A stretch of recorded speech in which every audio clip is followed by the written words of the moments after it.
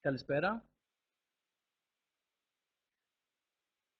Όπως βλέπετε, έχω ήδη ξεκινήσει με το να σας δείχνω κάποιες διαφάνειες να διαβάζετε.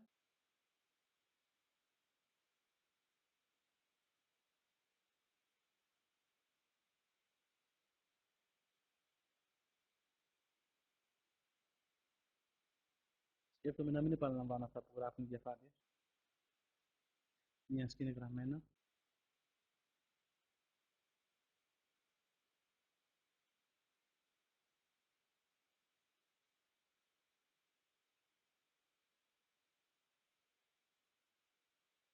Υποθέτω ότι διαβάζετε αυτή τη στιγμή, έτσι.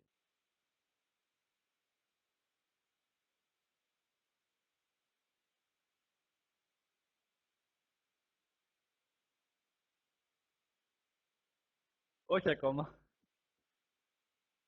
Θα ξεκινήσω να μιλάω σε λίγο, αφότου σας δείξω μερικές διαφάνειες.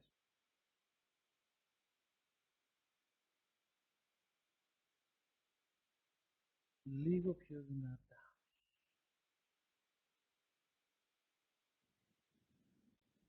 Ωραία, τώρα φαντάζομαι ακούγομαι δυνατά,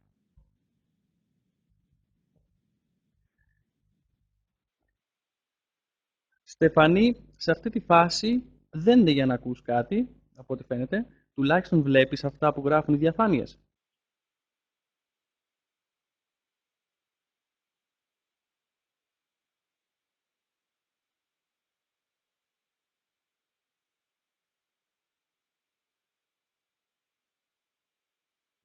Ωραία.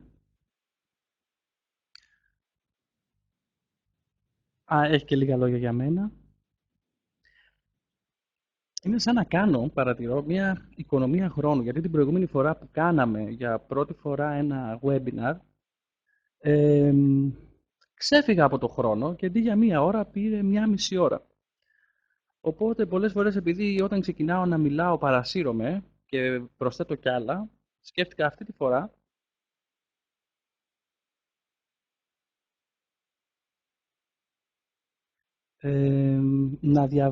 να διαβάσετε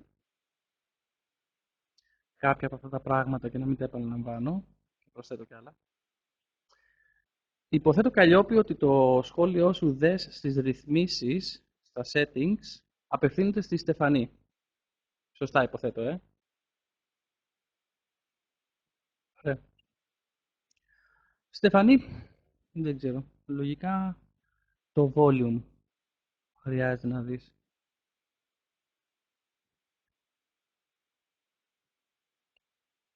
Επίσης, δεν λέω και πολλά για μένα γιατί την προηγούμενη φορά συνειδητοποίησα ότι αρκετοί άνθρωποι που ήταν στο webinar, παρεπτόντως να πω ότι είναι η δεύτερη φορά που δοκιμάζουμε να κάνουμε ένα webinar, μια διαδικτυακή συνάντηση, ε, κάπως για να έρθουν στο webinar έχουν διαβάσει ήδη κάποια πραγματάκια από το ίντερνετ για αυτή την εκπαίδευση που κάνουμε και κάποια πραγματάκια για μένα που μοιράζομαι συνήθως.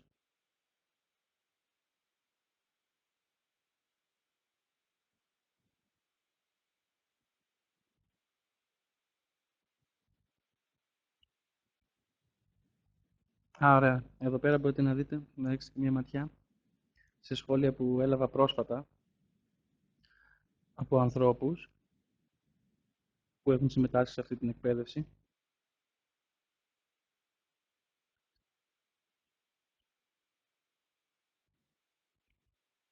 Γιατί νομίζω ότι είναι ένας από τους καλύτερους τρόπους να πάρεις μια γεύση ως προς το τι ωφέλει ή τι αντίκτυπο μπορεί να έχει. Να δεις αποτελέσματα συγκεκριμένα που είχαν άλλοι άνθρωποι.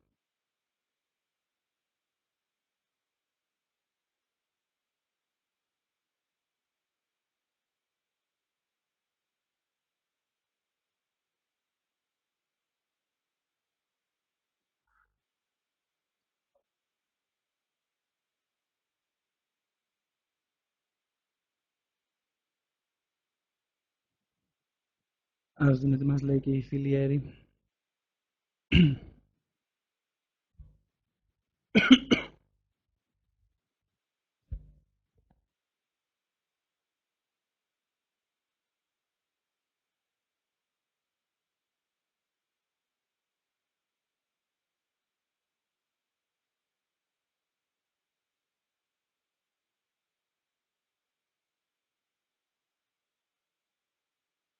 Μία από τις προθέσεις μου σήμερα είναι να είμαι συνεπής και να μην τραβήξει πάνω από μία ώρα αυτή η σημερινή διαδικτυακή συνάντηση. Λοιπόν, αφότου πήρατε μια γεύση σε σχέση με αυτή την εισαγωγή μέχρι στιγμής, να πω ότι αυτή είναι μια εισαγωγική συνάντηση αυτοτελής μεν, που παίρνετε μια γεύση σε σχέση με αυτή την εκπαίδευση που κάνουμε εδώ στην Ελλάδα, που λέγεται βιογραφική προπόνηση. Τι εστί τώρα βιογραφική προπόνηση? Κάποια αποτελέσματα μπορείτε να δείτε στην επόμενη διαφάνεια.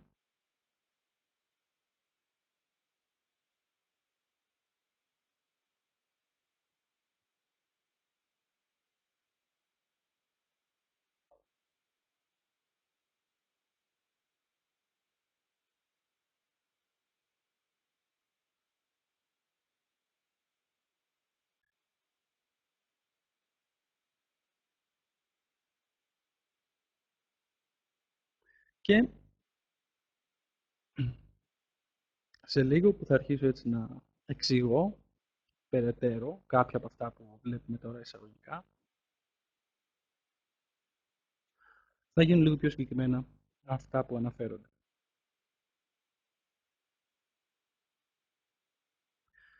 Πρωτού αρχίσουμε έτσι για να μπούμε σε ένα κλίμα λίγο να αλληλεπιδράσουμε,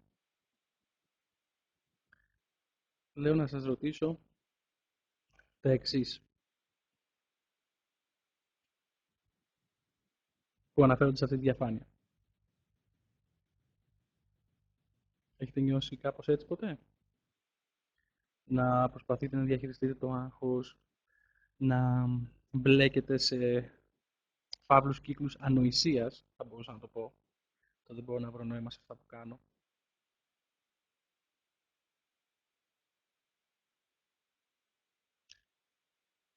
Να εγκλωβίζεστε σε εκκρεμότητες που όλο και μεγαλώνουν.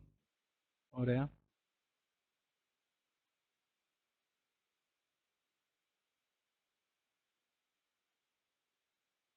Ωραία. Τότε, αφού λοιπόν ταυτίζεστε με αυτό το ερώτημα, με αυτά τα τρία ερωτήματα, προτείνω να περάσουμε κατευθείαν στο ψητό. Τι εννοώ? Να πάμε να δούμε μερικά tip σε σχέση με αυτά.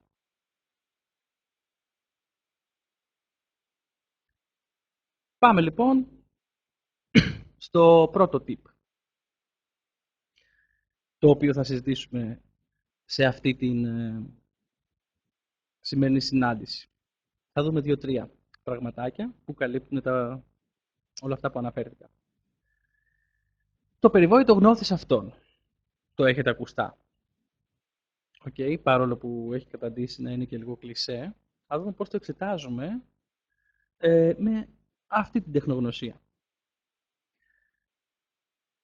Καταρχήν, υπάρχουν πάρα πολλοί συντελεστές που επηρεάζουν το γνώθις αυτών. Σήμερα θα αναφέρω ενδεικτικά 2.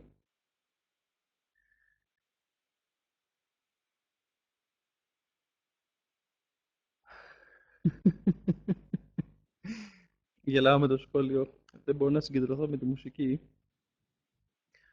Θέλω να πιστεύω ότι δεν έρχεται από μένα αυτή η μουσική. Λοιπόν, γιατί εξετάζουμε το γνώθις αυτών? Θα κάνει νόημα αν εξετάσουμε και τα αποτελέσματά μας που φέρνουμε στη ζωή μας. Προηγουμένως, είδαμε σε κάποιες διαφάνειες κάποιους ανθρώπους οι οποίοι μας μοιράστηκαν για μένα εξαιρετικά αποτελέσματα που φέρναν στη ζωή τους. Ειδικά μετά τη συμμετοχή τους σε αυτή την εκπαίδευση. Τι είναι αυτό που είναι πριν από τα αποτελέσματα? Τι είναι αυτό που καθορίζει τα αποτελέσματα που έχουμε? Τι λέτε?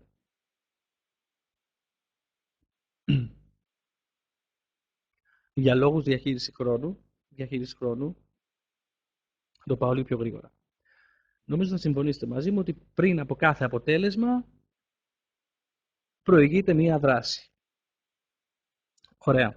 Οπότε, αυτό που συμβαίνει συνήθως είναι αν δεν μας αρέσουν, ας πούμε, τα αποτελέσματα που έχουμε, κάνουμε κάποιες άλλες δράσεις για να φέρουμε κάποια άλλα αποτελέσματα. Ωραία. Αλλά τι είναι αυτό που καθορίζει το τι δράσεις θα πάρουμε? Μια απάντηση, μας λέει η Εύη, είναι η διάθεσή μας. Ωραίο και αυτό. Από τι εξαρτάται όμως η διάθεσή μας? Τι καθορίζει και τη διάθεσή μας να το πετύχουμε? Να αναλάβουμε κάποια δράση για να φέρουμε ένα αποτέλεσμα.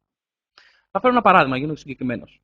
Ας πούμε, εγώ βλέπω τα αποτελέσματα, μάλλον θα το πάω αλλιώς. Επειδή λέει εκεί πάνω γνώθης αυτών, αυτό που καθορίζει, βλέπω τις απαντήσεις σας, ο στόχος, η σκέψη, η ιδιοσυγκρασία μας, τα συναισθήματά μας. Ωραία. Αυτό που καθορίζει το τι δράση θα κάνουμε είναι το ποιοι είμαστε. Τι εννοώ? Πάμε να φέρουμε ένα παράδειγμα.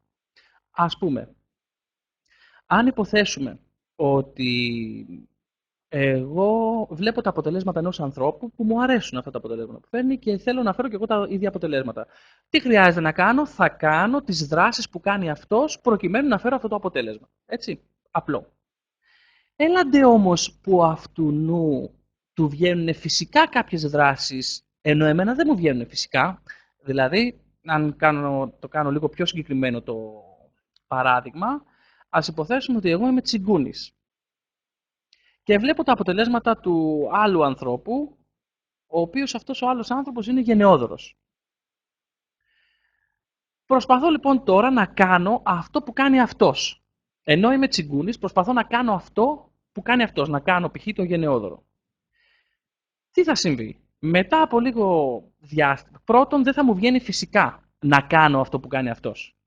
Γιατί ενώ είμαι τσιγκούνης, κάνω το γενναιόδωρο. Δεν μου βγαίνει φυσικά. Επίσης, έστω ότι καταφέρνω και κάνω το γενναιόδωρο, μετά από λίγο τι θα συμβεί? Θα κουραστώ, μιας και δεν μου βγαίνει φυσικά, ή μπορεί να πιέσω πολύ τον εαυτό μου και έστω να φέρω αυτό το αποτέλεσμα που φέρνει αυτός ο άνθρωπος, αλλά δεν θα έχει διάρκεια στον χρόνο. Οπότε τι θα συμβεί? Μετά από λίγο, λογικά θα παραιτηθώ, οπότε είτε έστω ότι φέρνω κάποια αποτελέσματα προσωρινά, τα οποία όμως δεν έχουν διάρκεια στον χρόνο, ή δεν τα φέρνω καθόλου. Αυτή είναι η διαφορά του ποιος είμαι ή ποιος αντιλαμβάνομαι ότι είμαι σε σχέση με τις δράσεις που κάνουμε και τα αποτελέσματα που φέρνουμε στη ζωή μας.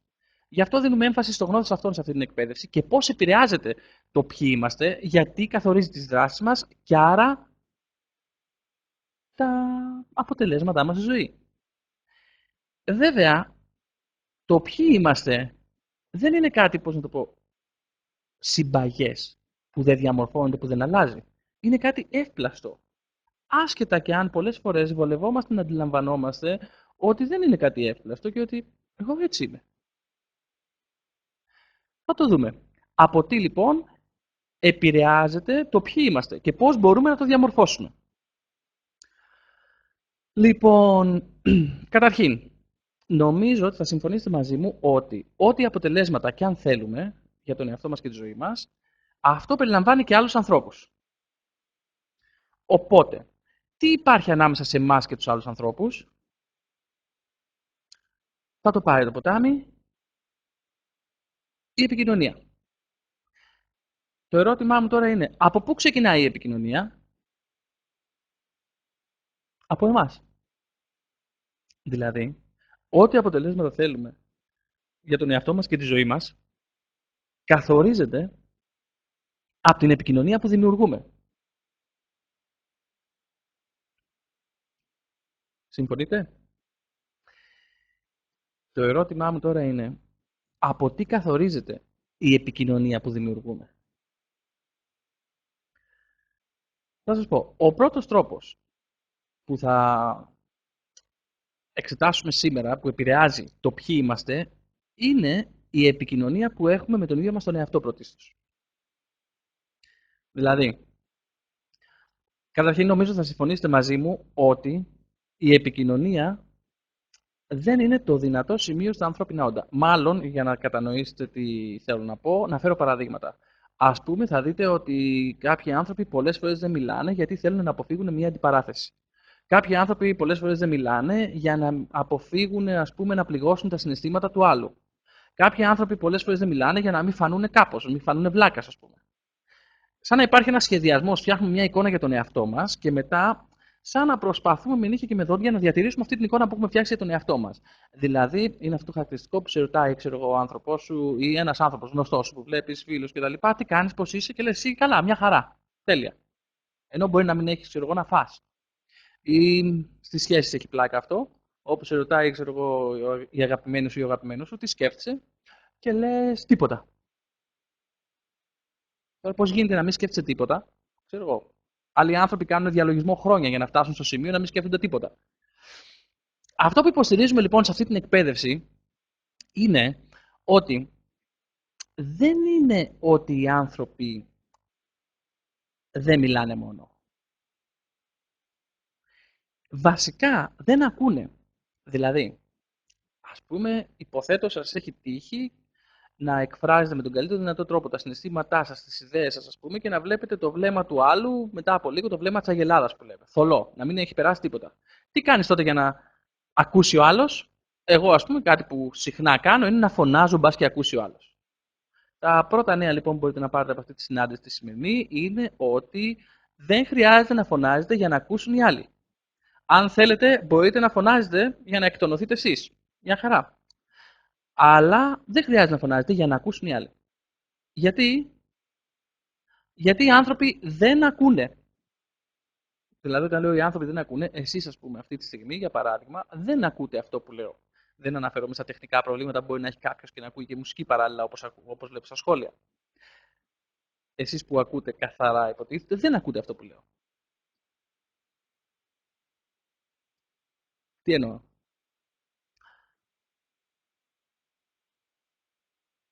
Πόσοι, μάλλον δεν θα σας ρωτήσω, έτσι, για λόγους διαχείρισης χρόνου, μιας και ήδη γνωρίζω ότι δεν ακούτε αυτό που λέω. Τι συμβαίνει?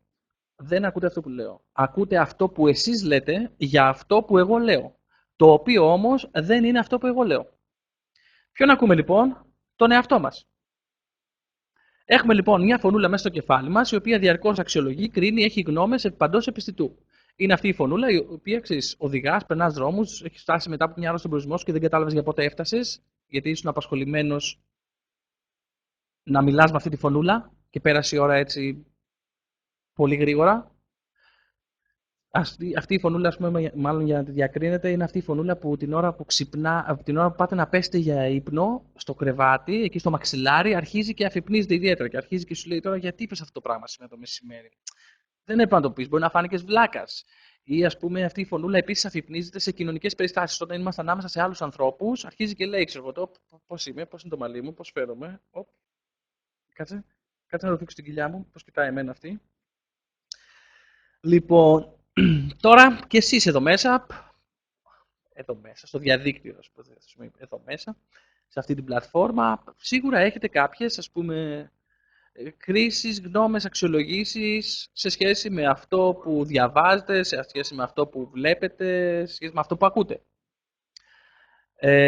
Παρεπιπτόντως,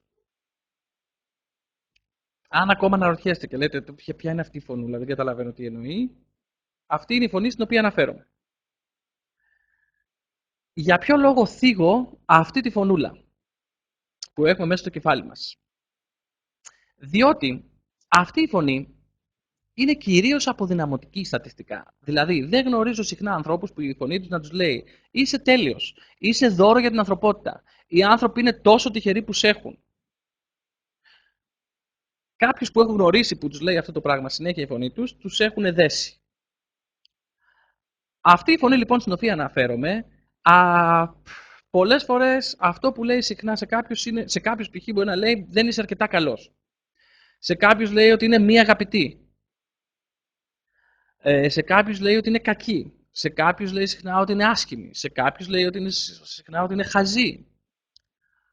Αν ρωτήσω τώρα πόσοι έχετε αυτή τη φωνή, γράψτε στα σχόλια εγώ. Για να δω αν ακούτε κιόλας. Τεστ. Μάλιστα.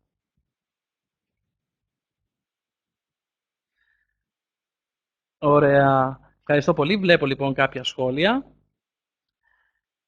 Αυτό που σκέφτομαι παράλληλα είναι ότι από τους τόσους ανθρώπους που βλέπω να συμμετέχουν, δεν βλέπω αντίστοιχα σχόλια. Οπότε υποθέτω ότι κάποιον η φωνή τους είπε εντάξει, okay, μη γράφεις τώρα επειδή αυτός ο τύπος λέει να γράψεις.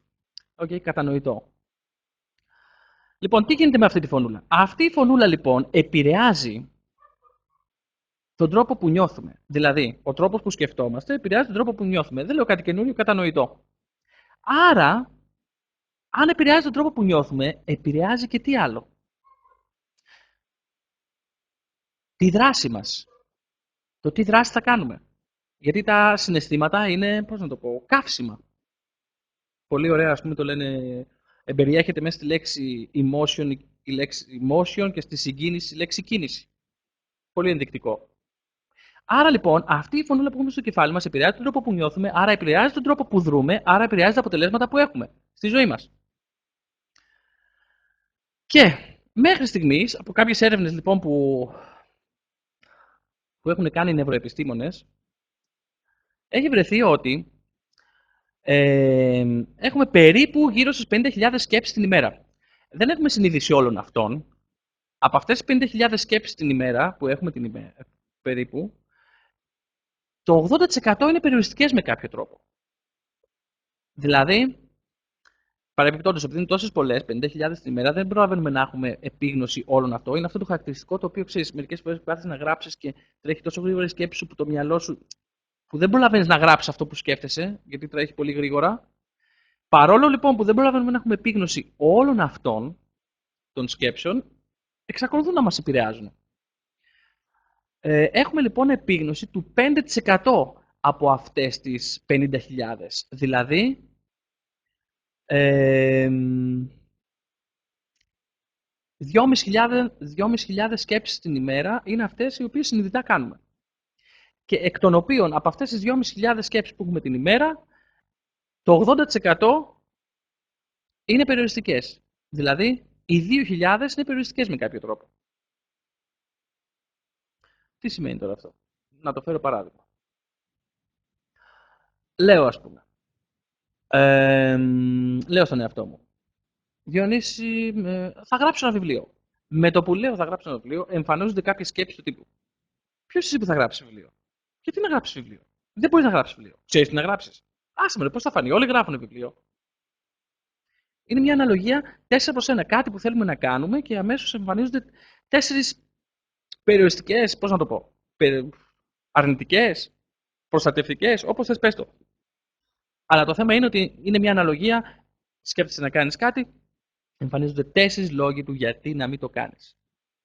Ή ας πούμε στο παρελθόν, που μου άρεσε π.χ. να φλερτάρω, έβλεπα μια γυναίκα, με το που έβλεπα μια γυναίκα που μου άρεσε και έλεγα θα πάω να της μιλήσω, εμφανιζόντουσαν επί τόπου 4 πάλι αποδυναμωτικές σκέψεις του τύπου δεν μπορείς να τη ζητήσεις να βγείτε, δεν θα δεχτεί. Θα βρει μια δικαιολογία να σε ξεφορτωθεί. Θα πει πως έχει κλείσει ραντεβού. Άσε, έχεις παχύνει. Ή δεν ξέρω και εγώ τι.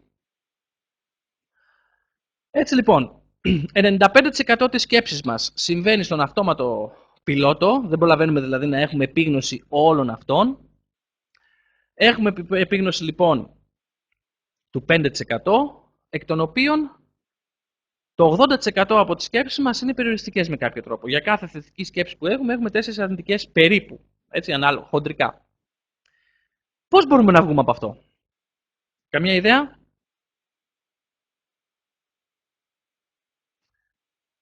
Θα σας πω. Δεν μπορούμε να βγούμε από αυτό. Δηλαδή, πώς να το πω, είναι σαν να σας ρωτάω, σαν να σας ζητάω πώς να βγείτε από τις σκέψεις σας. Είναι σαν να σας ζητάω δηλαδή να βγείτε από εσάς. Δεν γίνεται. Και αν συνεχίσω τώρα να λέω αυτό που λέω, κάποιοι από εσάς μπορεί να στραμπουλήξετε λίγο τους νευρώνες σας. Λοιπόν,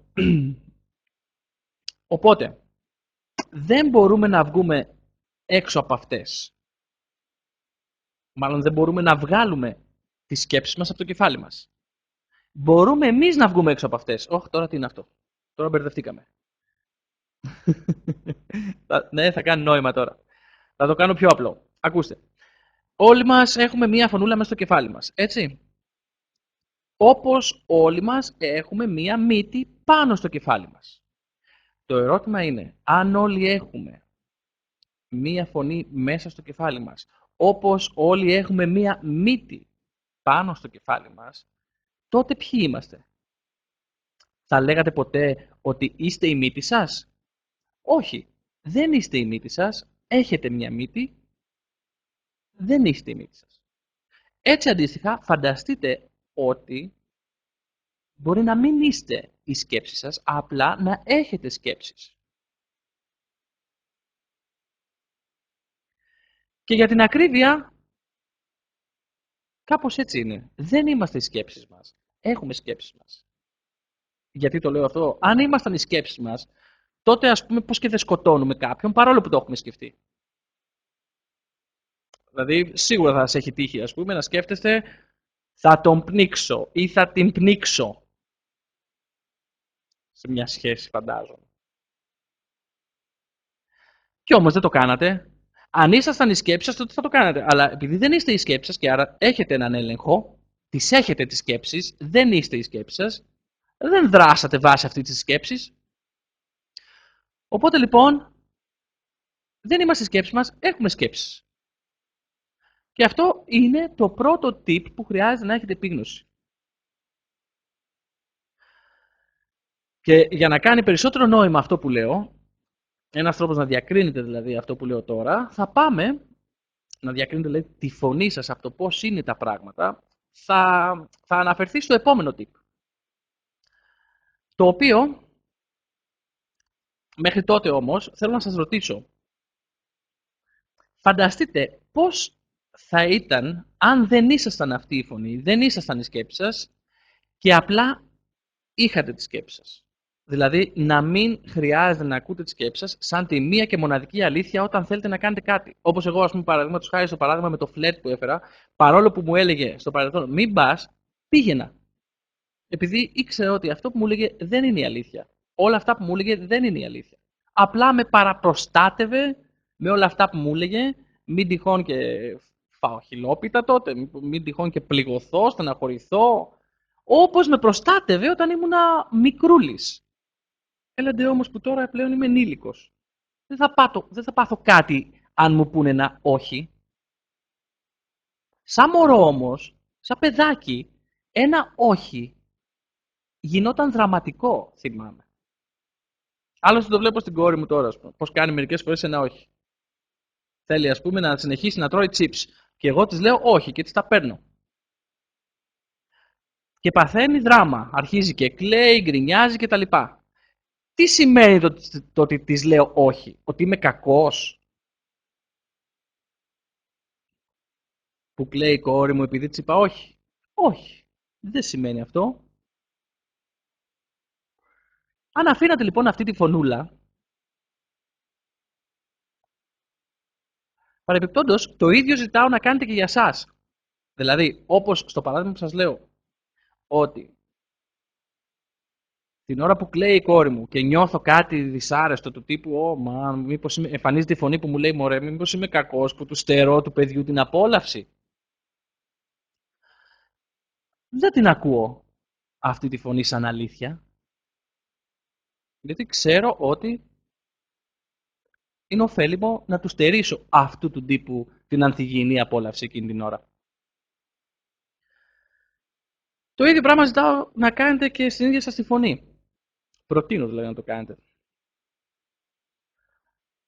Πώς θα το κάνετε? Τώρα βέβαια είναι λίγο δύσκολο αυτό που ζητάω. Οπότε πάμε, για να γίνει λίγο πιο κατανοητό, στο επόμενο tip αυτής της σημερινής συνάντησης. Το οποίο είναι το εξής. Δείτε.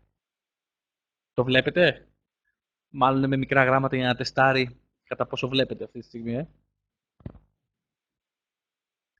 Λοιπόν, ειδικά σε καταστάσεις κρίσης, μιας και είμαστε σε μια τέτοια περίοδο τα τελευταία χρόνια, οι άνθρωποι όταν κοιτάνε δεν βλέπουνε. αυτό που είναι εκεί έξω. Βλέπουν μια ταινία μπροστά στα μάτια τους. Π.χ. βλέπω ότι αυτό το άτομο δεν είναι βοηθητικό. Π.χ. Το μόνο, αυτό που βλέπω όμως τι είναι. Βλέπω ένα άτομο. Το ότι λέω ότι αυτό το άτομο δεν είναι υποστηρικτικό, αυτή είναι η δική μου γνώμη. Δεν είναι αυτό που βλέπω. Το μόνο λοιπόν που υπάρχει είναι ότι αυτό που βλέπω εκεί έξω και μετά υπάρχει μια γνώμη ανάμεσα σε μένα και αυτό που βλέπω. Και θα δείτε ότι τα περισσότερα πράγματα που βλέπουμε είναι οι γνώμες μας. Οι άνθρωποι όταν κοιτάζουν μια κατάσταση ή ένα άτομο δημιουργούν πολλές γνώμες μπροστά στα μάτια τους. Και αυτό καθίσταται προβληματικό. Όχι το να έχεις γνώμες.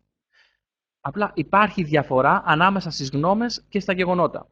Και αν δεν βλέπετε τη διαφορά, τότε δημιουργούνται προβλήματα. Για να καταλάβουμε. Τι είναι τα γεγονότα. Θα φέρω ένα παράδειγμα. Ας πούμε, αν πούμε για έναν άνθρωπο, αυτό είναι ένα καλό άτομο, αυτό είναι μια γνώμη ή είναι γεγονότα. Νομίζω θα συμφωνήσετε μαζί μου ότι είναι γνώμη. Δεν υπάρχει. Δεν είναι γεγονός.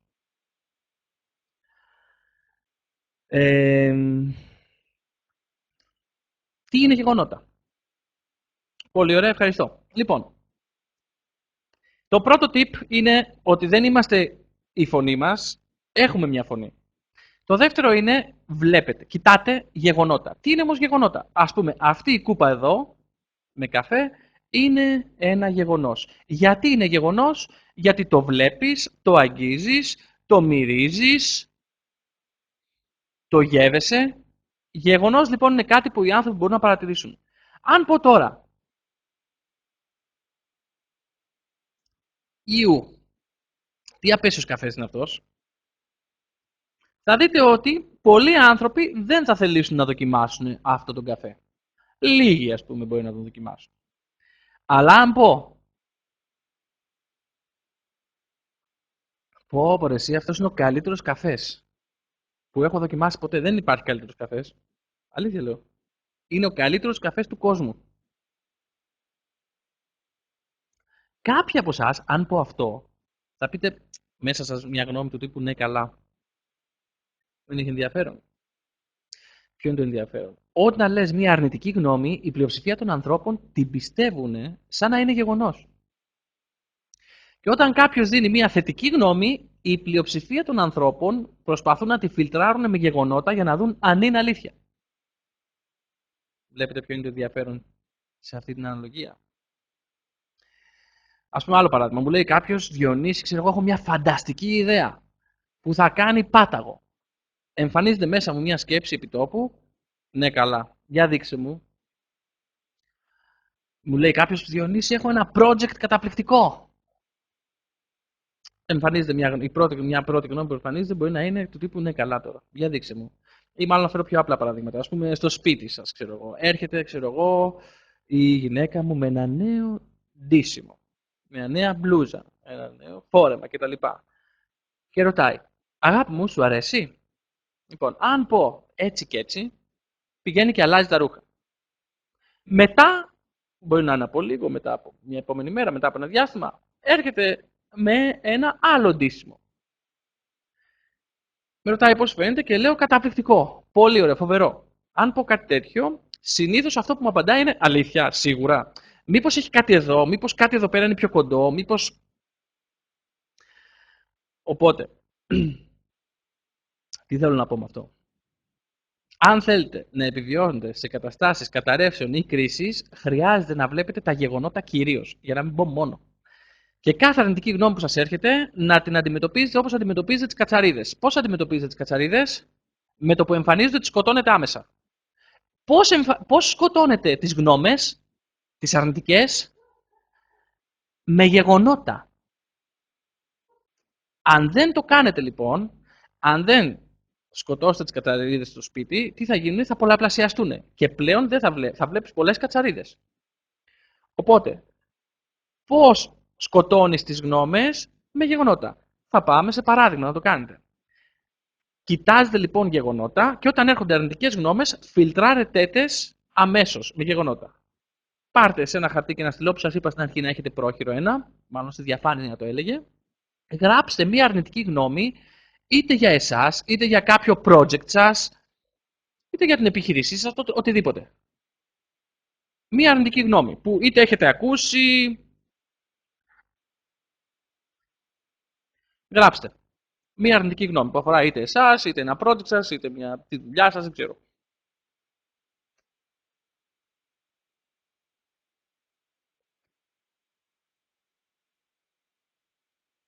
Και θέλω τώρα να κοιτάξετε αυτή τη γνώμη και να βρείτε γεγονότα σε σχέση με αυτές.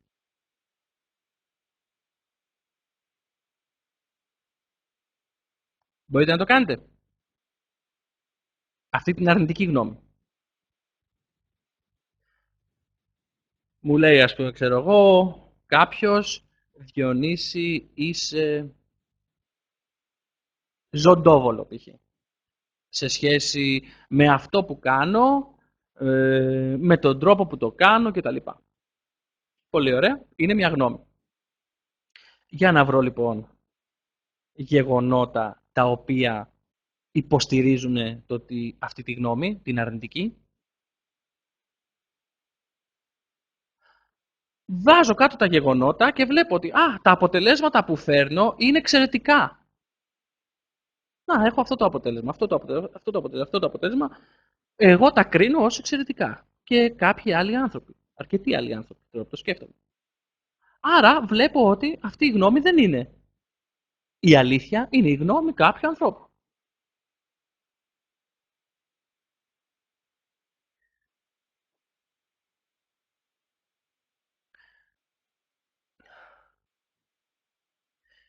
Απάντησα προηγουμένως ως προς το πώς μπορούμε να ξεχωρίσουμε ένα γεγονός από μια γνώμη. Το γεγονός είναι κάτι το οποίο περνάει από τις 5 αισθήσεις σου.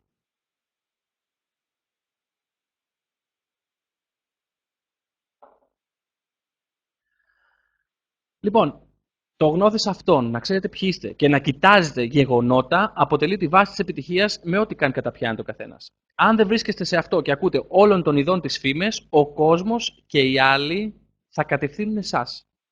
Αλλά αν θέλετε να μην είστε έρμεο του κόσμου και να είστε εσείς αυτοί που ηγείστε των δράσεών σας, τότε πάρτε το σοβαρά αυτό που λέω. Ο κόσμος είναι γεμάτος γνώμες, ειδικότερα σήμερα αρνητικές. Αν τις πάρετε και δεν τις φιλτράρετε με γεγονότα, να δείτε κατά πόσο είναι γεγονότα αντί για γνώμες, τότε είναι και να πηδάς από κανένα βράχο, έτσι. Είναι να τρελαίνεσαι το τελευταίο διάστημα. Αν πάρεις όλες αυτές τις γνώμες σαν γεγονότα. Καταστρέφεται, ας πούμε, ξέρω εγώ, η Ελλάδα. Μια γνώμη που παίζει τα τελευταία χρόνια. Ενώ σαν γεγονός, ξέρω εγώ, ποιο είναι το γεγονός. Νομίζω ότι είμαστε σε ένα από τα καλύτερα φιλέτα του πλανήτη. Π.χ. Άλλοι δουλεύουν, ξέρω εγώ, όλο το χρόνο για να έρθουν να περάσουν μερικές εβδομάδες στην Ελλάδα. Λέω τώρα ένα παράδειγμα γενικό. Δεν είναι ότι καταστρέφεται η Ελλάδα. Αλλάζουν κάποιοι τρόποι που έχουν μάθει να γίνουν τα πράγματα. Αλλά επειδή αυτό το θέμα είναι λίγο τζιζ, σηκώνει πολλή συζήτηση, δεν αναφερθώ. Έφερα ένα γενικό παράδειγμα. Λοιπόν, μπορείτε να διακρίνετε τις γνώμες από τα γεγονότα.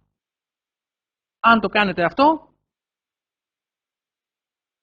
έχουμε κάνει μια καλή αρχή. Θα σας δώσω, μάλλον θα ρωτήσω το εξής. Πώς θα ήταν αν μπορείς να διακρίνεις τα γεγονότα από τις γνώμες. Τι εννοώ. Π.χ. σου λέει κάποιος κάτι και αντί να βλέπεις μια γνώμη που εμφανίζεται, του τύπου εμφανίζεται μια γνώμη στο κεφάλι μου, με αμφισβητεί. Να βλέπεις ότι απλά αυτός ο άνθρωπος σου απευθύνεται και σου μιλάει. Τι διαφορά μπορεί να κάνει αυτό στην επικοινωνία σου, ως προς το πώς θα το αντιποκριθείς. Παραδείγματος χάρη, μου φωνάζει η γυναίκα μου. Και αντί, εμφανίζεται με το που μου φωνάζει, ξέρω εγώ, και το φωνάζει παρεπτόντως είναι μια γνώμη, έτσι. Ανεβάζει το volume. Ή ανεβάζει τον τόνο για να ακούσω. Να σιγουρευτεί ότι θα ακούσω. Ανεβάζει τον τόνο λοιπόν. Εμφανίζεται μία γνώμη στο κεφάλι μου του τύπου θέλει να ξεσπάσει πάνω μου. Γιατί θέλει να ξεσπάσει πάνω μου. Συνεχίζει τώρα η συζήτηση, η φωνούλα με στο κεφάλι μου. Α, δεν έχει ανικανοποιητό για το υπαρξιακό τη, για τη δική τη ζωή. Δεν είναι ικανοποιημένη με τη ζωή τη. Λέω τώρα διάφορε. Έχει αρχίσει και λέει διάφορα η φωνή μου. Αυτέ είναι οι γνώμε. Πώ θα ανταποκριθώ αν εγώ πιστέψω αυτέ τι γνώμε ω η αλήθεια, ότι ξεσπάει πάνω μου τα υπαρξιακά τη? Πιθανόν θα μπούμε σε ένα καυγαδάκι. Ενώ, αν αφήσω στην άκρη αυτή τη γνώμη και δω τι συμβαίνει, ποιο είναι το γεγονός? Αυτός ο άνθρωπος απευθύνεται σε μένα αυτή τη στιγμή. Έρχεται και φροντίζει να περάσει με κάποιον τρόπο αυτό που θέλει να πει. Για ποιο λόγο θέλει να περάσει? Άμα με είχε γραμμένο στα παλιάτα, στα παπούτσια, θα ενδιαφερόταν να φωνάξει? Όχι, θα με έγραφε. Οπότε, θα μπορούσα να δώσω κάποιες σκέψεις του τύπου: κοίτα να δεις πόσο νοιάζεται αυτός ο άνθρωπος που χαλάει τη ζαχαρένια του για να περάσει αυτό που θέλει να πει, για να φροντίσει να υπάρχει μια λειτουργικότητα, ξέρω εγώ, στην οικογένεια. Αν δεν πιστέψω την πρώτη γνώμη που μου εμφανίζεται ως η μία και μοναδική αλήθεια. Που η πρώτη γνώμη που εμφανίζεται συνήθως είναι κάτι αποδυναμωτικό ή περιοριστικό. Το τύπου θέλει να μου επιβληθεί, θέλει μπλα μπλα μπλα να ξεσπάσει, μπλα μπλα μπλα. Ή αυτό μου δίνει περιθώριο να δώσω διάφορες άλλες γνώμες. Τέλος πάντων, προς το παρόν, πώς θα ήταν αν μπορούσατε να διακρίνετε τις γνώμες σας από τα γεγονότα? Απελευθερωτικό λοιπόν. Ή απλά θα ήταν, πολύ απλά. Μάλιστα.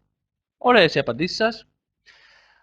Πάμε να δούμε τώρα το επόμενο tip, προκειμένου, όντως, είναι ένα trip, ένα ταξίδι αυτό που μπαίνουμε σε αυτή τη συνάντηση, εσωτερικό μέσα στο κεφάλι μας.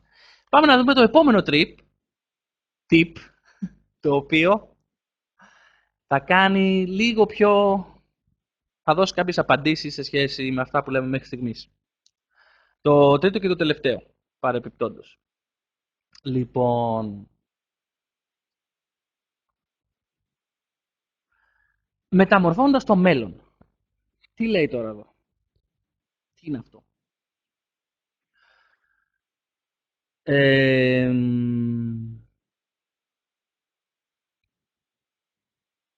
Πάμε κατευθείαν σε παράδειγμα. Δεν θα πω άλλες εισαγωγές. Ας υποθέσουμε ότι αυτός ο κύκλος εμπεριέχει όλη τη γνώση που κατέχει η ανθρωπότητα. Πόσο από αυτό κατέχετε εσείς? Για λόγους διαχείριση χρόνου, θα απαντήσω εγώ. Ένα μικρό κομμάτι, το οποίο θα το ονομάσουμε τα πράγματα που ξέρουμε ότι ξέρουμε. Μετά, ας πούμε, ξέρω ότι ξέρω να οδηγώ, ξέρω ότι ξέρω να μιλάω ελληνικά, απλά πράγματα. Ωραία. Από εκεί και πέρα μετά υπάρχει και ένα άλλο κομμάτι. Είναι ένα κομμάτι που λέγεται τα πράγματα που ξέρω ότι δεν τα ξέρω. Δηλαδή ξέρω ότι δεν ξέρω να κάνω αρχιτεκτονικό σχέδιο, αν θέλω όμως μπορώ να μάθω. Ξέρω ότι δεν ξέρω να πιλοτάρω αεροπλάνο, αν θέλω όμως μπορώ να μάθω. Λοιπόν, θέλουμε π.χ. να δημιουργήσουμε κάτι. Να φέρουμε κάποια αποτελέσματα. Πού θα βασιστούμε? Στα πράγματα που ξέρουμε ότι ξέρουμε και στα πράγματα που ξέρουμε ότι δεν ξέρουμε. Παραδείγματος χάρη, τι χρειάζεται για να χάσουμε βάρος? Ας πούμε, στα πράγματα που ξέρουμε ότι ξέρουμε σε σχέση με το αποτέλεσμα να χάσουμε βάρος, είναι διατροφή, γυμναστική. Έτσι, δεν λέω κάτι καινούριο. Πολύ ωραία. Μετά υπάρχουν και ένα κομμάτι που είναι τα πράγματα που ξέρω ότι δεν ξέρω. Ας πούμε, ξέρω ότι δεν ξέρω κάποια συγκεκριμένα προγράμματα γυμναστικής, τα οποία εξασφαλίζουν ότι θα έχω μέγιστη απώλεια θερμίδων π.χ. Αλλά ξέρω ότι δεν το ξέρω, οπότε μπορώ να ρωτήσω ένα γυμναστή και να μου τα πει. Ή ξέρω επίσης ότι δεν ξέρω ένα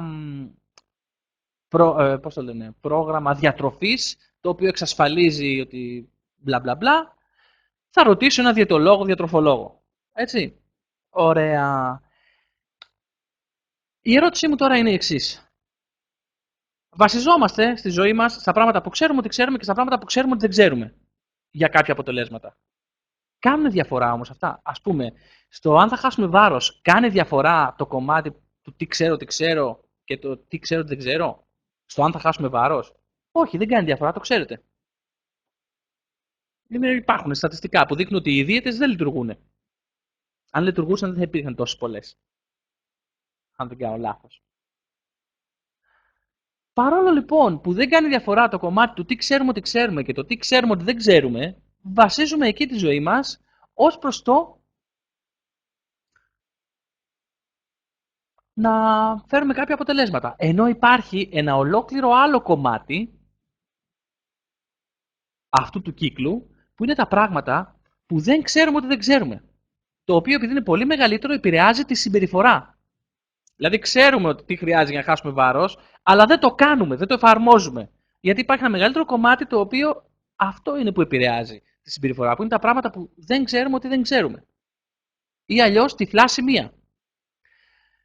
Και σκέφτομαι τώρα να κάνουμε το εξής, να φέρω ένα παράδειγμα τυφλού σημείου που όλα τα ανθρώπινα όντα έχουμε, για να γίνει λίγο πιο κατανοητό.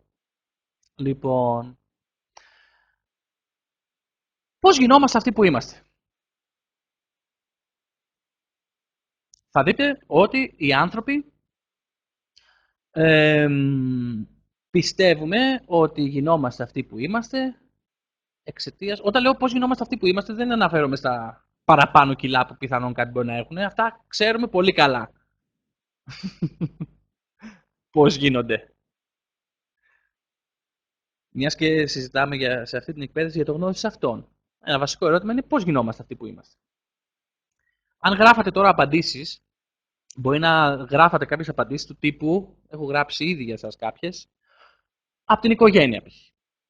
ή από την εκπαίδευση ή από τους φίλους ή από το περιβάλλον ή από τη θρησκεία ή ξέρω εγώ το DNA που είναι της μόδας τελευταία, το DNA. Πολύ ωραία. Όλα αυτά θα υπάρχουν και κάποιες άλλες απαντήσεις, αλλά φαντάζομαι ότι μας καλύπτουν πάνω κάτω όλα αυτά. Όλα αυτά λοιπόν εμπεριέχονται κάτω από την ομπρέλα που λέγεται παρελθόν. Σωστά? Μάλιστα. Λογικό. Γινόμαστε αυτοί που είμαστε εξαιτίας του παρελθόντος.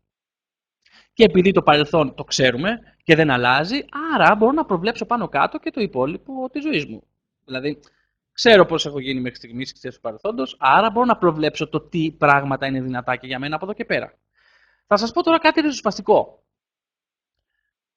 Το ποιοι είμαστε στο παρόν μας δεν έχει να κάνει με το παρελθόν. Αλλά με τι έχει να κάνει? Αν δεν έχει να κάνει με το παρελθόν, με τι έχει να κάνει? Έχει να κάνει, πρέπει να σας το εξηγήσω κατευθείαν με παράδειγμα μάλλον, για να κάνει νόημα, γιατί ακούγεται λίγο ριζοσπαστικό. Έχει να κάνει με το μέλλον μέσα στο οποίο ζούμε.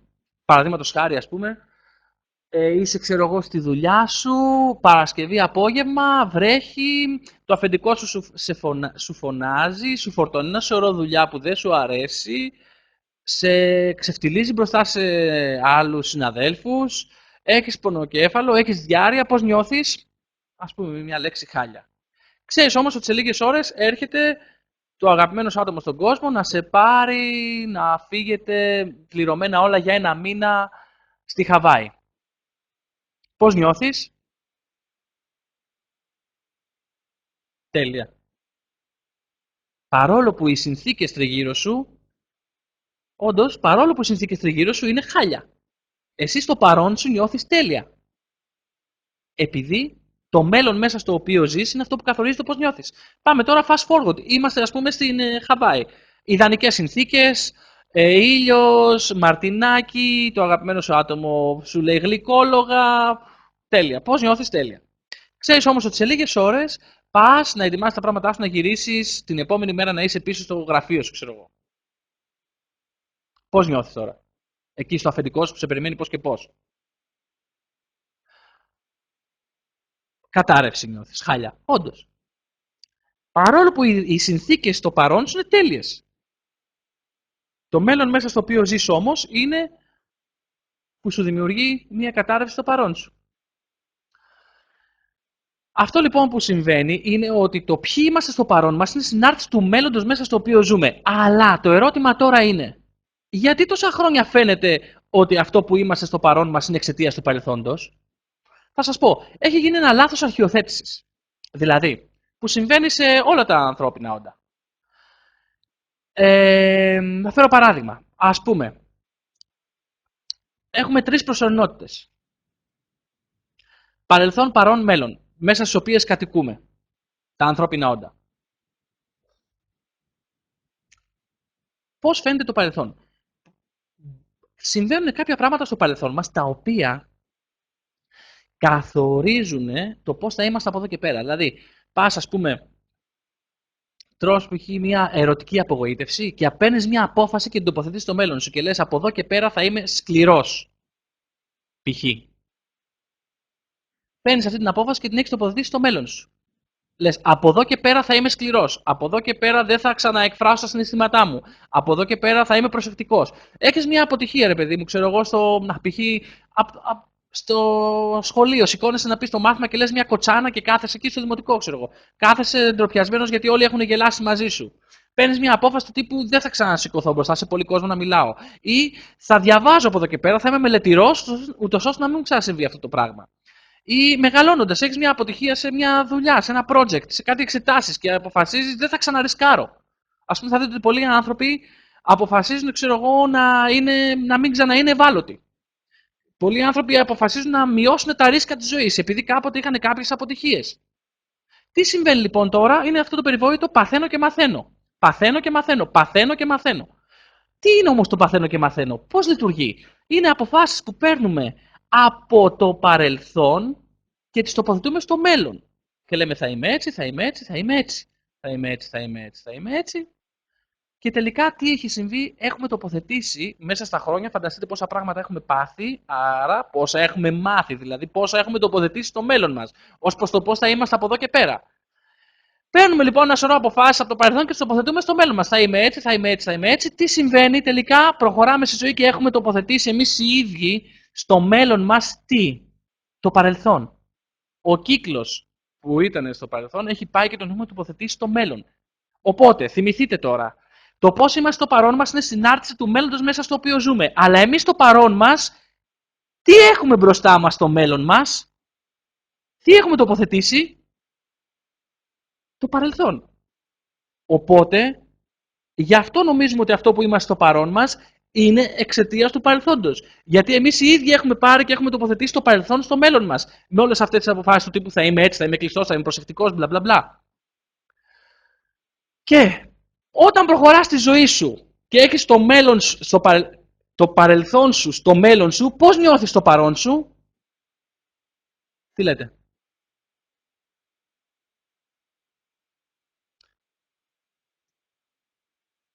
Και το παρόν σου καθορίζεται από το μέλλον μέσα στο οποίο ζεις, το οποίο είναι το παρελθόν σου. Άρα, με λίγα λόγια, θα μπορούσαμε να πούμε όντως εγκλωβισμένοι, περιορισμένοι, κουρασμένοι, ενώ μπορεί να έχουμε μόλις ξυπνήσει μετά από λίγο εμείς να νιώθουμε κούραση. Οπότε, αυτό που συμβαίνει λοιπόν είναι ότι εμείς, σας εξήγησα τώρα πώς αντιλαμβανόμαστε ότι το παρελθόν είναι υπεύθυνο για το ποιοι είμαστε στο παρόν μας. Γιατί εμείς οι ίδιοι έχουμε τοποθετήσει το παρελθόν μας στο μέλλον μας. Και θυμηθείτε, το ποιοι είμαστε στο παρόν μας είναι συνάρτηση του μέλλοντος μέσα στο οποίο ζούμε. Άρα, γεμίζει λοιπόν το μέλλον από το παρελθόν και έτσι λοιπόν το μέλλον μέσα στο οποίο ζούμε καθορίζει το ποιοι είμαστε στο παρόν μας. Το ερώτημά μου τώρα είναι, εσείς αυτή τη στιγμή σε τι μέλλον ζείτε? Γιατί το μέλλον μέσα στο οποίο ζείτε καθορίζει το ποιοι είστε στο παρόν σας, το πώς νιώθετε. Αυτή είναι μια απάντηση που δεν προλαβαίνουμε να την απαντήσετε τώρα. Είναι μια απάντηση που καλείστε, αν θέλετε να έχει αξία για σας αυτή η σημερινή συνάντηση, καλείστε να την απαντήσετε μόνοι σας. Να διακρίνετε, να έχετε επίγνωση του ποιο είναι το μέλλον μέσα στο οποίο ζείτε αυτή τη στιγμή. Και από εδώ και πέρα, αφού σας δίνω αυτή την ερώτηση σαν homework να την απαντήσετε, μετά με την ησυχία σας, θα σας δώσω ένα tip ως προς το πώς μπορείτε να διαμορφώσετε ένα μέλλον πέραν από αυτό που προβλέπετε μέχρι στιγμής. Θα σας το πω με μια αγαπημένη μου ιστορία. Ένας άλλος λοιπόν τρόπος που επηρεάζει το ποιοι είμαστε στο παρόν μας και άρα τα αποτελέσματά μας στη ζωή είναι ο εξής. Μάλλον θα σας πω την αγαπημένη μου ιστορία.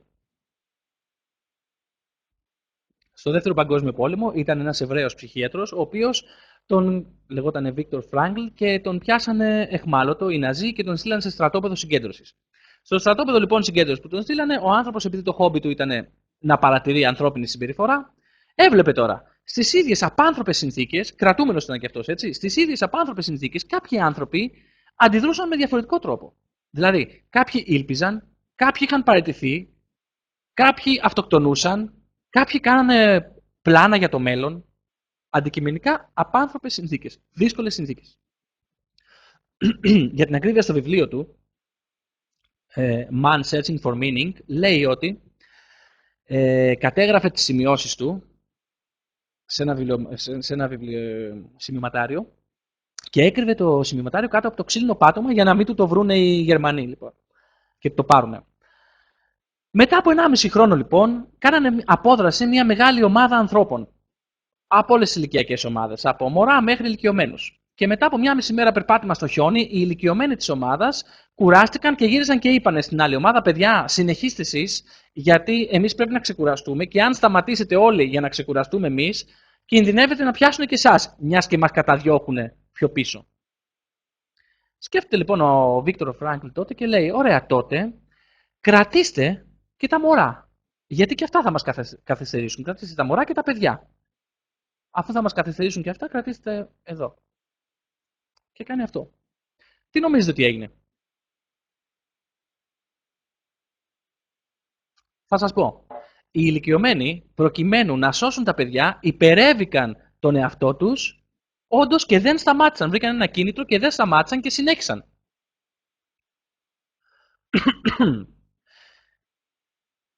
Συνέχισαν όλοι μαζί. Αυτό είναι αληθινή ιστορία. Μετά από αυτή την ιστορία, ο άνθρωπος δημιούργησε ένα ολόκληρο ρεύμα στην υπαρξιακή ψυχοθεραπεία. Δεν θα σας πω λεπτομέρειες. Γι' αυτό μπορείτε να το βρείτε στο βιβλίο που σας ανέφερα. Οπότε, ποιο είναι το ηθικό δίδαγμα αυτής της ιστορίας? Οι άνθρωποι είναι πολύ πιο αποτελεσματικοί όταν συνεισφέρουν σε άλλα ανθρώπινα όντα παρά στον ίδιο τους τον εαυτό. Και γιατί σας το λέω τώρα αυτό? Αν εσείς όταν συνεισφέρεις σε κάτι μεγαλύτερο από τον εαυτό σου, γίνεσαι πιο αποτελεσματικός στο παρόν σου. Οπότε, αυτό που θέλω να σας πω τώρα είναι το εξής. Επειδή σας είπα να σας δώσω ένα tip ως προς το πώς μπορείτε να δημιουργήσετε ένα μέλλον πέραν από το προβλεπόμενο. Αν υποθέσουμε ότι αυτό είναι το μέλλον μέσα στο οποίο ζείτε, τότε το βιβλίο ήταν Man Searching for Meaning.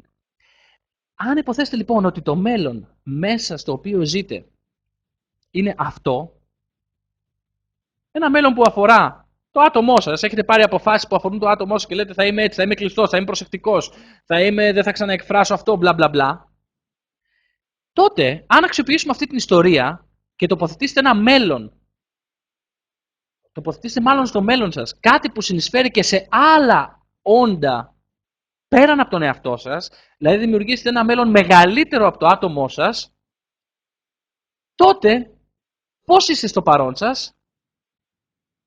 Δηλαδή φανταστείτε, εκεί που ήσασταν προηγουμένως και είχατε ένα μέλλον μπροστά σας αυτού του μεγέθους που αφορούσε το άτομό σας,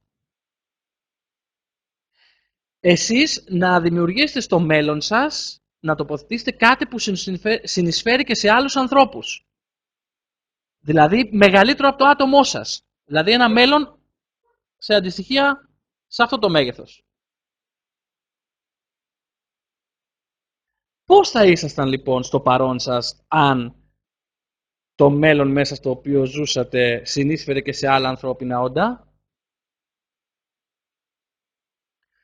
Θα σας πω. Ήδη απαντάτε. Λέτε γεμάτοι, λέτε χαρούμενοι. Εμένα μου κάνανε κάποια στιγμή αυτή την ερώτηση όταν ήμουν στην Αμερική και εκπαιδευόμουν πριν από 8-9 χρόνια και μου κάνανε αυτή την ερώτηση. Διονύση, γιατί σας λέω αυτή την ερώτηση τώρα, σας δίνω έτσι ένα τελευταίο tip ως προς το πώς μπορείς να τοποθετήσεις στο μέλλον σου κάτι που συνεισφέρει και σε κάτι άλλο πέραν από το άτομό σου. Μου κάνανε αυτή την ερώτηση. Διονύση, έχεις μια ζωή να ζήσεις. Φαντάσου λοιπόν τώρα ότι είσαι εκεί στα γεράματα, λίγο πριν πεθάνεις και κάνεις μια ανασκόπηση της ζωής σου, κοιτάς πίσω και λες «Σούπερ, χόρτασα, είμαι έτοιμος να αποχωρήσω χορτάτος, ικανοποιημένος και πλήρης από αυτή τη ζωή που έκανα». Αν είχες κάνει τι θα μπορούσες να πεθάνεις ολοκληρωμένος και ικανοποιημένος σε αυτή τη ζωή? Και αυτή ήταν μια ερώτηση η οποία με καθόρισε με την έννοια ότι έβαλα κάποιες απαντήσεις σε αυτή την ερώτηση και ανέλαβα δράση σε σχέση με αυτές τις απαντήσεις. Οι δικές μου απαντήσεις αφορούσαν το να φέρω αυτή την εκπαίδευση σε αυτή την Ελλάδα. Όντως, σε αυτή την Ελλάδα. Οι δικές μου απαντήσεις τότε ήταν να φέρω αυτή την εκπαίδευση σε αυτή την Ελλάδα. Γιατί για μένα αυτή η εκπαίδευση ήταν συνεισφορά και σε άλλους ανθρώπους. Ήταν συνεισφορά και σε άλλους ανθρώπους, κάτι μεγαλύτερο από μένα. Κάποτε λοιπόν που μου κάνανε αυτή την ερώτηση, η απάντηση που έδωσα ήταν να φέρω αυτή την εκπαίδευση στην Ελλάδα. Πολύ ωραία. Σας παίρνω παραδείγματα για να σκεφτείτε ποια είναι η δική σας απάντηση που θα δώσετε σε αυτή την ερώτηση που είναι το επόμενο homework. Και μιας και πέρασε η ώρα μας, η ώρα είναι 9 και 1, σας ζητάω έτσι άλλα 4 λεπτάκια για να προλάβω να ολοκληρώσω αυτό το σημείο. Αλλά αν δεν θέλετε να περιμένετε γιατί έχετε προγραμματίσει κάτι άλλο, εκεί καταλήγουμε. Πού καταλήγουμε? Ποια είναι η ερώτηση? Παρεμπιπτόντως, ποιος να σας το έλεγε, θα βρισκόσουν σε μια συνάντηση που λέγεται «Μεταμορφώνοντας το μέλλον» και η συζήτηση αυτής της συνάντησης καταλήγει στο πώς θες να πεθάνεις. Αν θέλετε λοιπόν να βρείτε τι είναι αυτό που μπορείτε να τοποθετήσετε στο μέλλον σας, που είναι μεγαλύτερο από θα συνεισφέρει σε άλλα άνθρωπα στον πλανήτη, σε άλλα άτομα στον πλανήτη, σκεφτείτε αυτή την ερώτηση. Τι θέλετε να κάνετε σε αυτή τη ζωή προκειμένου όταν θα πεθάνετε εκεί στο νεκροκρέβατο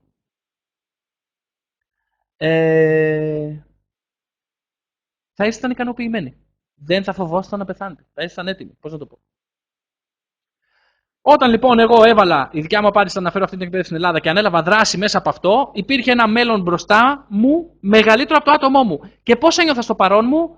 Κινητοποιημένος, εμπνευσμένος, με όρεξη, ασταμάτητος με μια λέξη. Αυτή ήταν η απάντηση που έδωσα κάποτε. Τώρα έχω δώσει μια άλλη απάντηση. Να κάνουνε, μιας έχω και μια κόρη, σε λίγα χρόνια να γίνει αυτή η εκπαίδευση προσβάσιμη και για παιδιά από 7 ετών.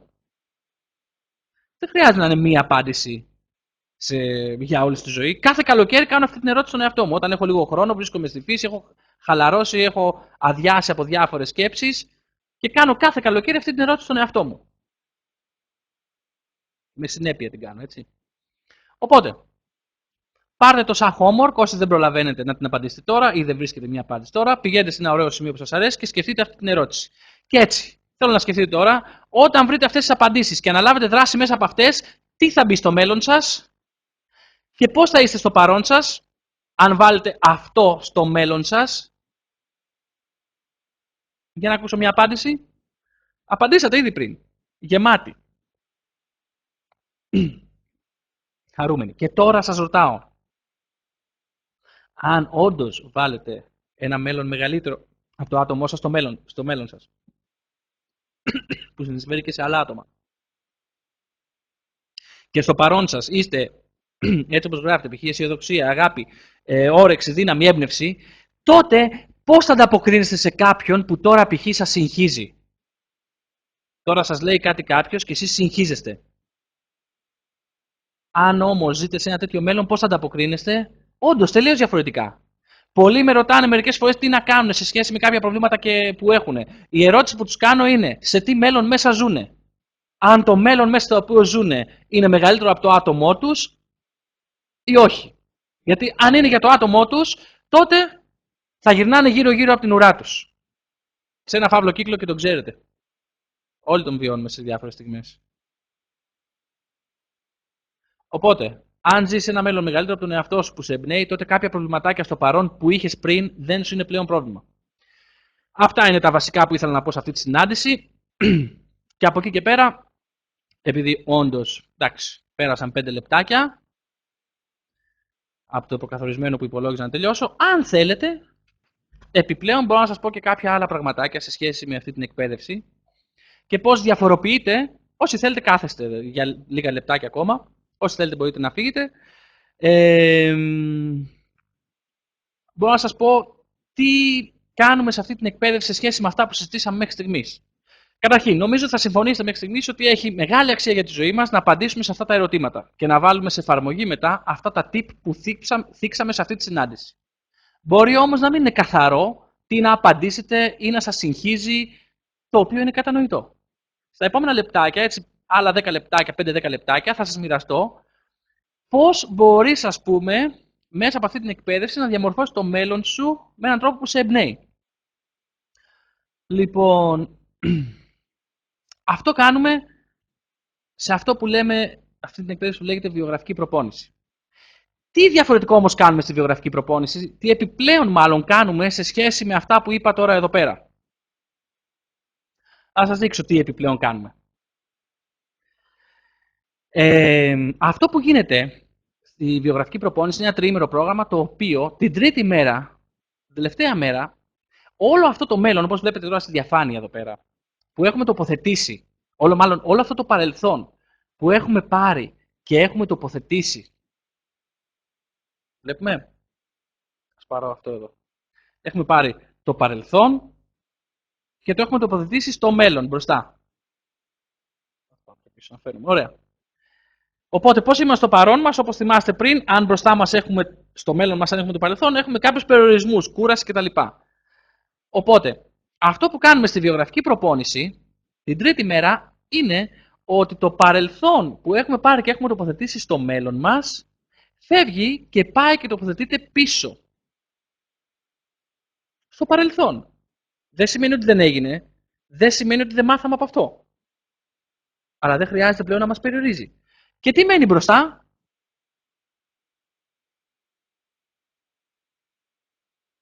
Τίποτα. Όπως δείχνει και στη διαφάνεια, μένει κενό. Όταν φεύγει το παρελθόν από το μέλλον και πάει πίσω, μπροστά μένει τίποτα. Και πώς νιώθεις το παρόν σου όταν μπροστά σου μένει το τίποτα?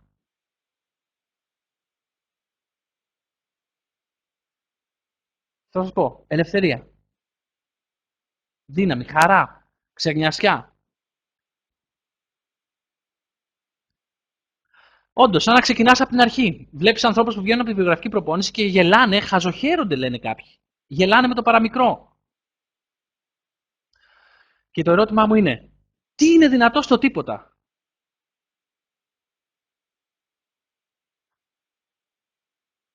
Ό,τι θέλεις για τον εαυτό σου και τη ζωή σου, με την εμπειρία όμως που έχεις τόσα χρόνια πάνω στον πλανήτη. Αυτό το τίποτα παίρνετε στη βιογραφική προπόνηση, όπου καθαρίζοντας το μέλλον, προτού βάλεις κάτι μεγαλύτερο που συνεισφέρει σε άλλους, αν έχεις καθαρίσει το μέλλον σου από το παρελθόν, τότε αυτό που βάζεις μπροστά σου συμβαίνει αβίαστα και καθαρά. Γιατί πολλοί άνθρωποι τοποθετούν στο μέλλον τους πράγματα μεγαλύτερα από το άτομό τους, που συνεισφέρουν και σε άλλα όντα στον πλανήτη, αλλά πιέζονται, ζορίζονται να τα καταφέρουν. Ενώ όταν φεύγει, τότε μπαίνει κάτι με σταθερές βάσεις και γίνονται πολύ πιο απλά τα πράγματα. Πώς είσαι λοιπόν στο παρόν σου αξιοποιώντας αυτή την τεχνογνωσία? Εντάξει, να μην επαναλαμβάνομαι. Αυτό που θέλω να πω είναι ότι να καταλήξω ότι στο παρόν σου, όταν φεύγει το παρελθόν από το μέλλον, στο παρόν σου με μια λέξη, ας το πούμε, μια χαρά και μια ελευθερία. Και αυτό είναι που κάνουμε διαφορετικό σε αυτή την εκπαίδευση που λέγεται βιογραφική προπόνηση. Και η οποία βιογραφική προπόνηση γίνεται 3-4 φορές το χρόνο στην Αθήνα. Και η επόμενη φορά που θα κάνουμε τη βιογραφική προπόνηση είναι αυτό το Σαββατοκύριακο. Γίνεται σε 3 μέρες. Γίνεται σε ένα Σαββατοκύριακο, Σάββατο Κυριακή και μετά το επόμενο Σάββατο. Η επόμενη βιογραφική προπόνηση είναι 25-26 και 1η Απριλίου, όπως βλέπετε, στην Αθήνα.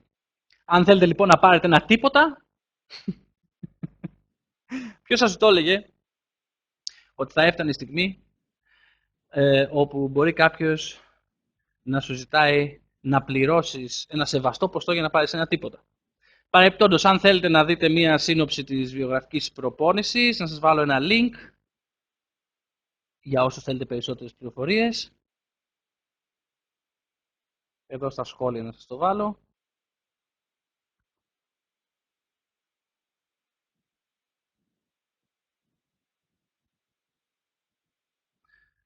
Ευχαριστώ για το κομπλιμάν.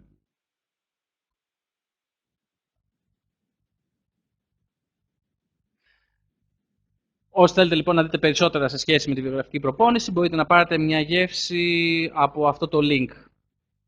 Από εκεί και πέρα, μπορώ να συνοψίσω. Τι έγινε?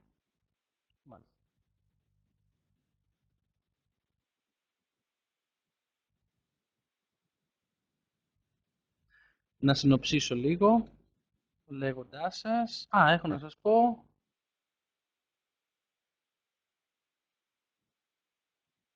Αν θέλετε αυτά, να μην τα επαναλαμβάνω, μπορείτε να διαβάσετε. Διαβάστε αυτά και αν θέλετε πείτε μου πώς θα ήταν το μέλλον σας αν τα είχατε όλα αυτά για τα επόμενα χρόνια.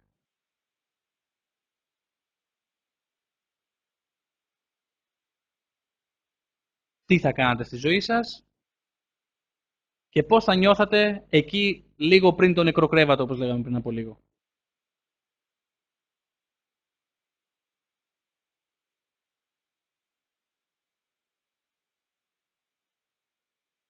Αν θέλετε μπορείτε να πάρετε και γεύση από ανθρώπους που έχουν συμμετάσχει στη βιογραφική προπόνηση.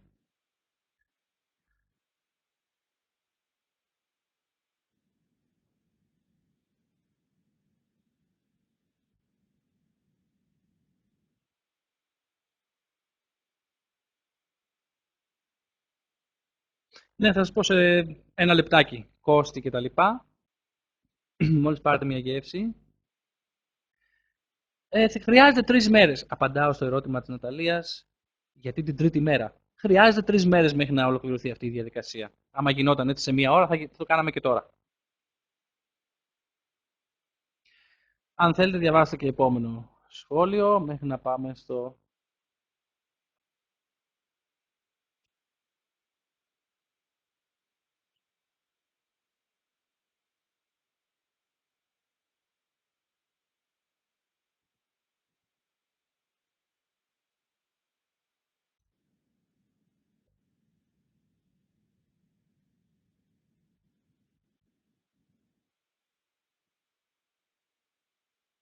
Διαβάστε να συνεχίσω.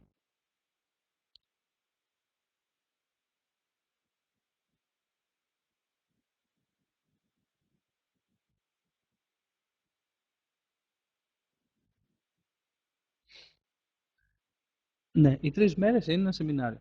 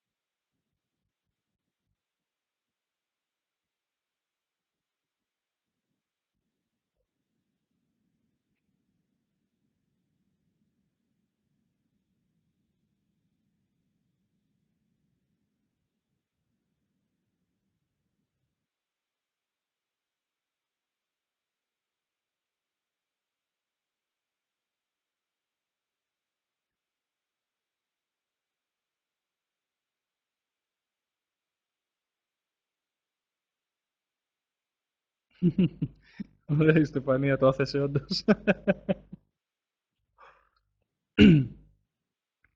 Λοιπόν,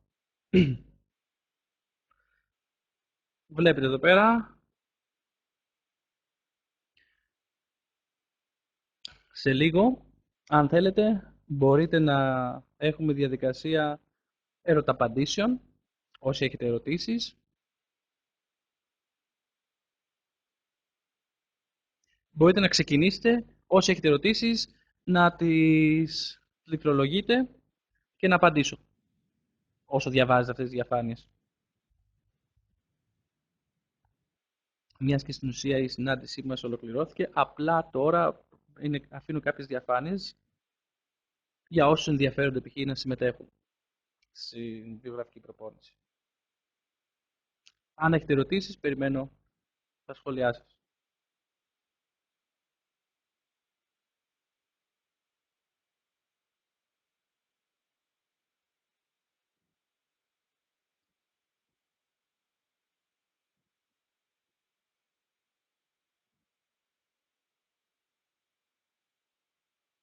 Παρεπτόντως, έτσι κάτι που σκέφτομαι να πω, μιας και στο παρελθόν το αντικείμενό μου ήταν δουλεύω ως ψυχολόγος,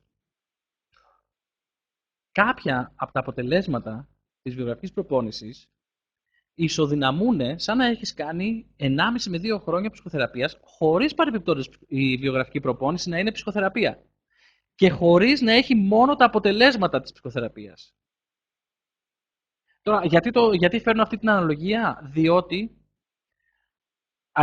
κάποιοι άνθρωποι, ας πούμε, με ρώταγαν κάποιες διαφορές σε σχέση με αυτό. Και σε πρώτη φάση, ας πούμε, μου λέγανε, ας πούμε, ότι το κόστος είναι ακριβό όταν ακούγανε αυτό το ποσό.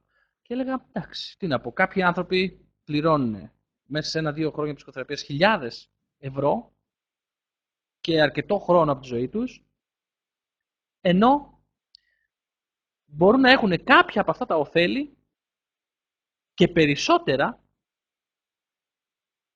Βέβαια δεν είναι αντιπροσωπευτικό το παράδειγμα, να σας πω την αλήθεια. Δεν είναι αντιπροσωπευτικό το παράδειγμα, γιατί δεν είναι ψυχοθεραπεία η βιογραφική προπόνηση. Οπότε μπορώ να φέρω ένα άλλο πράγμα που άκουσα πρόσφατα, ότι ένα από τα αποτελέσματα της βιογραφικής προπόνησης είναι μια γαλήνη του νου που παίρνουν σε 3 μέρες οι άνθρωποι γαλήνη που έχουν προσπαθήσει χρόνια με το διαλογισμό να την επιτύχουν και δεν την έχουν πετύχει.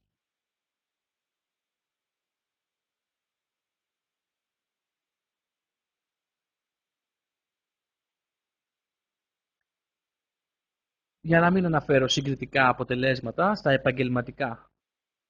Δηλαδή, το ότι είναι μια επένδυση που αποδίδει τα μέγιστα, με την έννοια ότι ο ανθρώπινος παράγοντας είναι καθοριστικός στην εξέλιξη ενός project. Αν θέλω, ας πούμε, να μπορώ να φέρω παράδειγμα από μια φίλη μου, η οποία μετά τη βιογραφική προπόνηση, ενώ είχε δουλειά, πήγε για interview σε μια άλλη εταιρεία που της άρεσε και πιο πριν δεν πήγαινε γιατί είχε μια δουλειά με καλά χρήματα.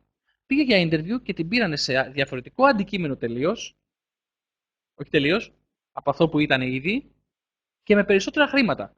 Και πήγε 2 εβδομάδες μετά τη βιογραφική προπόνηση.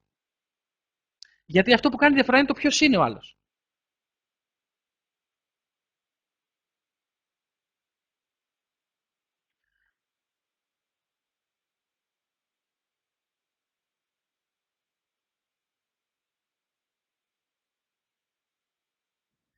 Σε σχέση με αυτή την ερώτηση που κάνει η Όλγα, η γαλήνη αυτή που προσφέρει δεν είναι βασισμένη στην ψυχολογία.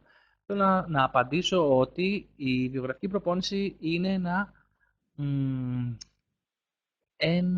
ένα μίξ από τα best of της ανθρωπότητας. Έχει μέσα δηλαδή επιρροές και από την ψυχολογία και από τη φιλοσοφία, κυρίως από τη φιλοσοφία, και από τις ανατολίτικες τάσεις ζωής και από την προπονητική και από την κοινωνική ανθρωπολογία και από τη στατιστική. Δηλαδή, δεν μπορώ να σου πω είναι μόνο αυτό ή μόνο το άλλο. Είναι για μένα χαρακτηριστικά πολλές φορές λέω είναι το best of της ανθρωπότητας. Ό,τι καλύτερο έχει δημιουργήσει η ανθρωπότητα μέχρι στιγμής, τα best of σε ένα τριήμερο.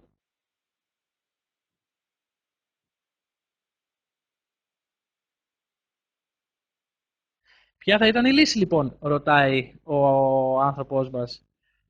Το να μεταβάλουμε, στο ερώτημα που κάνει η Μάγια, ποια θα ήταν η λύση, λέει.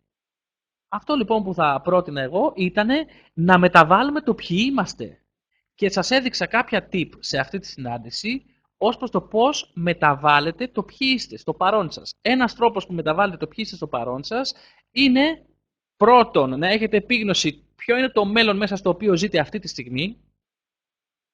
Δεύτερον, αν αυτό το μέλλον μέσα στο οποίο ζείτε αυτή τη στιγμή δεν σας δημιουργεί ικανοποίηση, ελευθερία στο παρόν σας, τότε χρησιμοποιήστε το τελευταίο tip που ήταν η ερώτηση που σας είπα να σκεφτείτε τον εαυτό σας, πώς θέλετε να πεθάνετε, τι θέλετε να έχετε κάνει στη ζωή σας ώστε να πεθάνετε ικανοποιημένοι, να απαντήσετε αυτό το ερώτημα και μετά να αναλάβετε δράση βάσει αυτού του ερωτήματος. Σε καλύπτει η απάντησή μου στην ερώτησή σου, Μάγια?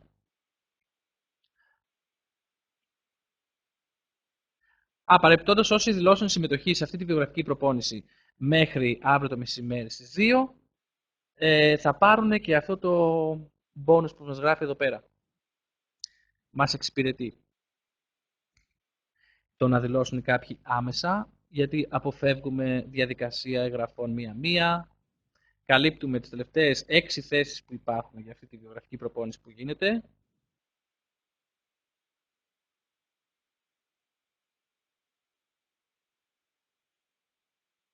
Σας είχε 2 λόγια εδώ πέρα ως προς το τι είναι το ελεύθερη ηγεσία.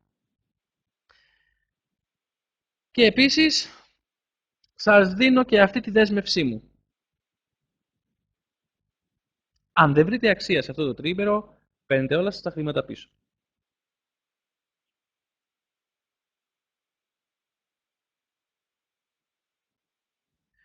Ωραία ερώτηση, λέει η Όλγα. Ωραία τα best of. Ποιος το έχει δημιουργήσει? Κοίταξε να δεις, Όλγα. Είχα πάει στην Αμερική πριν από 9 χρόνια και για 1 χρόνο εκπαιδευόμουν σε ένα σωρό διαφορετικά σεμινάρια και μεθοδολογίες. Πήγα με αφορμή τη μετεκπαίδευσή μου στις δυναμικές ομάδων μέσα από το background μου σαν ψυχολόγος και εκεί πέρα ανακάλυψα το coaching. Και έκανα ένα σωρό σεμινάρια, διαφορετικές προσεγγίσεις. Και από όλα αυτά τα σεμινάρια που έκανα τότε για 1 χρόνο και αυτές τις εκπαιδεύσεις, έκανα, πώς να το πω, ένα copy-paste από τα καλύτερα για μένα. Που θα λειτουργούσαν για μένα και για αυτό που θεώρησα για τα ελληνικά δεδομένα. Δηλαδή η δημιουργία είναι πάρα πολύ.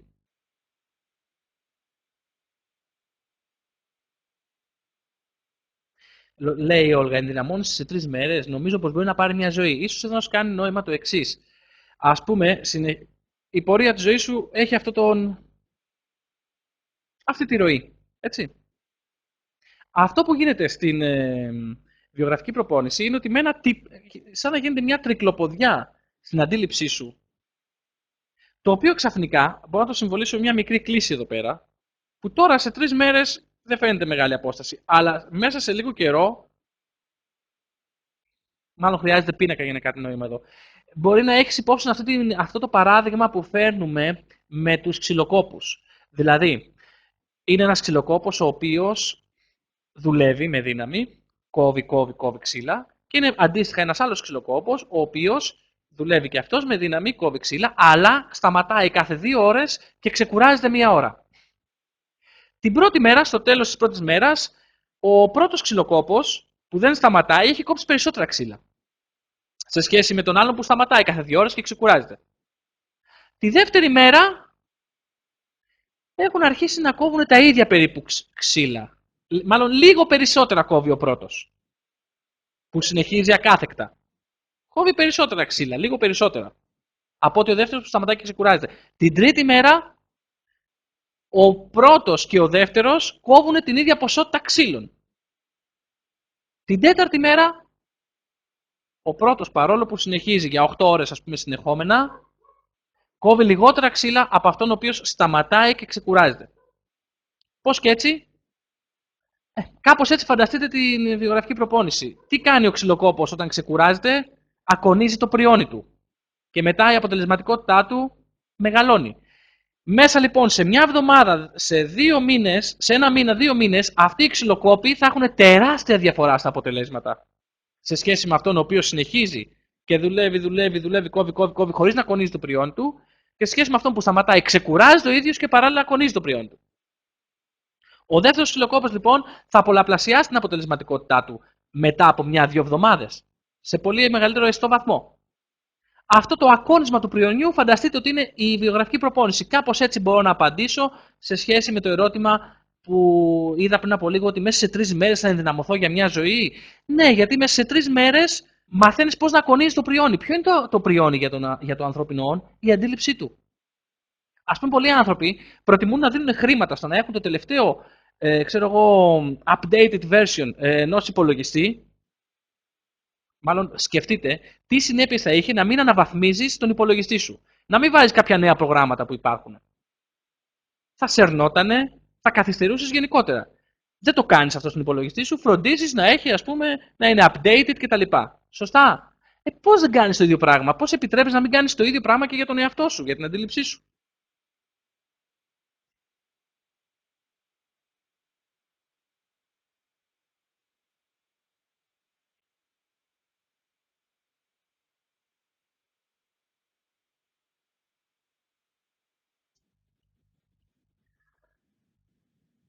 Α, να σας δώσω κι άλλο ένα link, τώρα που το βλέπω εδώ, σε περίπτωση που κάποιοι από εσάς θέλετε να δηλώσετε συμμετοχή, το οποίο οδηγεί σε αυτό το landing page το οποίο βλέπετε. Η βιογραφική προπόνηση γίνεται στο κέντρο της Αθήνας, κοντά σε σταθμό μετρό. Ανακοινώνεται ο χώρος σε όσους συμμετέχουν. Γιατί ανάλογα και με τον κόσμο. Τώρα θα γίνει κάπου κοντά στο μετρό Πανόρμου. Λέει όλο, φαντάζομαι μαθαίνει καινούργια εργαλεία. Ωραία. Αλλά όπως είπες πολλές φορές, αν δεν είναι δικιά σου συνήθεια, μπορεί να ξανακυλήσεις. Πώς δυναμώνεις αυτή τη δέσμευση? Πολύ ωραία. Σκέφτομαι τώρα εγώ αυτή η ερώτηση, γιατί μου δίνει την ευκαιρία να σου πω ότι στη βιογραφική προπόνηση θίγουμε κάποια πράγματα ως προς το πώς λειτουργεί η ανθρώπινη αντίληψη και πώς λειτουργεί η ανθρώπινη επικοινωνία. Και αυτά τα πράγματα που θίγουμε, καλούνται οι άνθρωποι που συμμετέχουν να δώσουν οι ίδιοι, καταρχήν οι ίδιοι να συνειδητοποιήσουν κάποια πράγματα για το πώς αυτοί κάνουν τα πράγματα και σε δεύτερη φάση να δώσουν απαντήσεις οι ίδιοι. Άρα οι απαντήσεις που θα δώσει ο καθένας από τους συμμετέχοντες είναι απαντήσεις που δίνει ο ίδιος. Έτσι λοιπόν γίνονται μετά δικές σου οι δράσεις. Δεν είναι ότι θα σου πω εγώ ή ο εισηγητής, ο εκάστοτε της βιογραφικής προπόνησης, ξέρεις κάτι, κάνε αυτό. Πρέπει να κάνεις αυτό, είναι σωστό. Καμία. Δεν είναι έτσι. Εξηγούμε κάποια πράγματα και οι άνθρωποι, βλέποντας τον μηχανισμό του πώς λειτουργούμε σαν ανθρώπινα όντα, συνειδητοποιούν και οι ίδιοι πώς λειτουργούν και δοκιμάζουν άλλους τρόπους. Εσύ που μένεις Αγγλία, τι να σου πω τώρα. Εγώ θα σου πω μάλλον τι έκανα εγώ. Όταν ήμουν στην Αμερική, έπαιρνα τηλέφωνο τους φίλους μου στην Ελλάδα και τους έλεγα να έρθουν στην Αμερική να συμμετέχουν σε προγράμματα αντίστοιχα που είχα ανακαλύψει τότε εκεί πέρα. Λοιπόν, όπως κατάλαβες δεν ήρθανε πολλοί, ήρθανε λίγοι. Παρ' όλα αυτά ήρθανε. Οπότε τώρα Ελλάδα-Αγγλία μου ακούγεται πολύ πιο κοντινή η απόσταση. Τώρα που το σκέφτομαι. Λοιπόν, μιας και ολοκληρώνουμε σιγά σιγά, προτείνω να σας ζητήσω το εξής.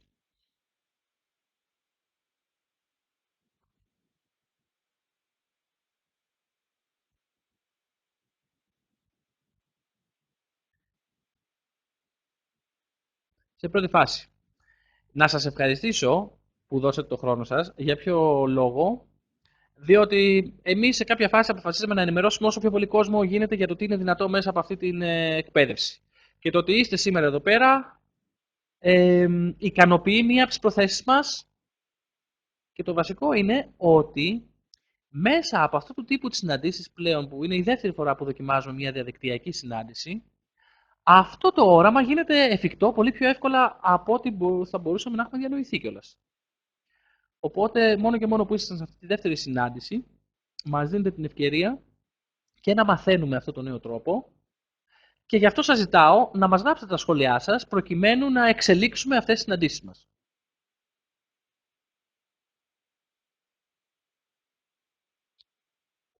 Μπορείτε να τα γράψετε τώρα.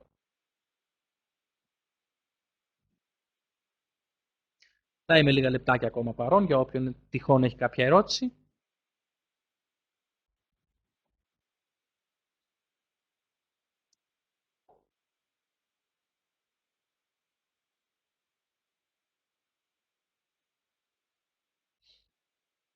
Τι να πω, ευχαριστώ που με ευχαριστείτε.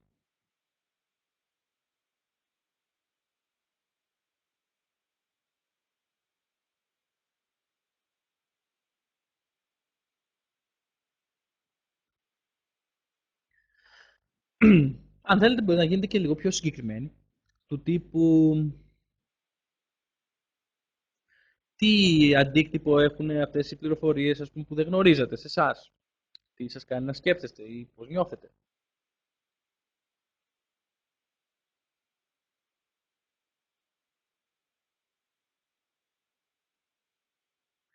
Ωραία ακούγεται τα σχόλιά σας. Ωραία.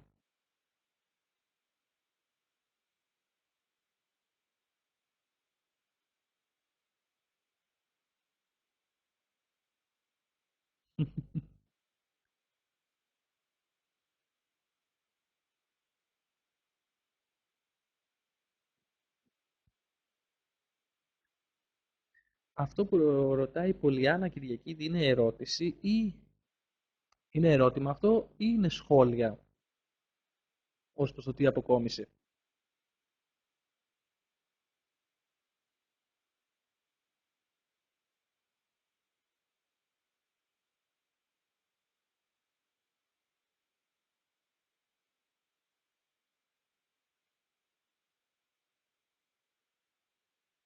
Μάλλον δεν άκουγες, πιο πριν. Θέλω να πω, Πολιάννα, το απάντησα με αυτό το τύπο που είπα ως η ερώτηση που θες να κάνεις για να πεθάνεις ικανοποιημένος. Είναι μια ερώτηση που χρειάζεται να κάνεις στον εαυτό σου, να αφιερώσεις λίγο χρόνο να τη σκεφτείς αυτή την απάντηση.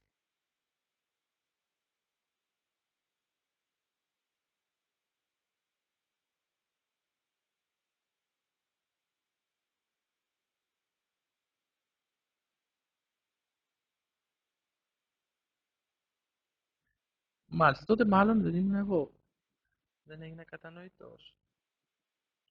Στην πράξη στη ζωή μας, όταν εγώ έχω τοποθετήσει το μέλλον μου κάτι μεγαλύτερο από το άτομό μου που συνεισφέρει και σε άλλα όντα στον πλανήτη, προσέξτε, λέω όντα, γιατί κάποιοι άνθρωποι προτιμούν να συνεισφέρουν σε άλλα όντα και όχι στους ανθρώπους. Ε, τότε αυτό, αν έχω βρει αυτή την απάντηση, μου δημιουργεί και ακολουθήσω μια δράση ως προς την επίτευξη αυτού, επηρεάζει την καθημερινότητά μου. Δηλαδή, όταν πριν, στο μέλλον μου, υπήρχε μπροστά το άτομό μου, ο εαυτούλης μου, ήταν άλλες οι προτεραιότητες μου στη ζωή. Όταν ήταν κάτι μεγαλύτερο από μένα, που συνείσφερε και σε άλλους ανθρώπους, τότε άλλαξαν οι προτεραιότητες μου στην καθημερινότητά μου.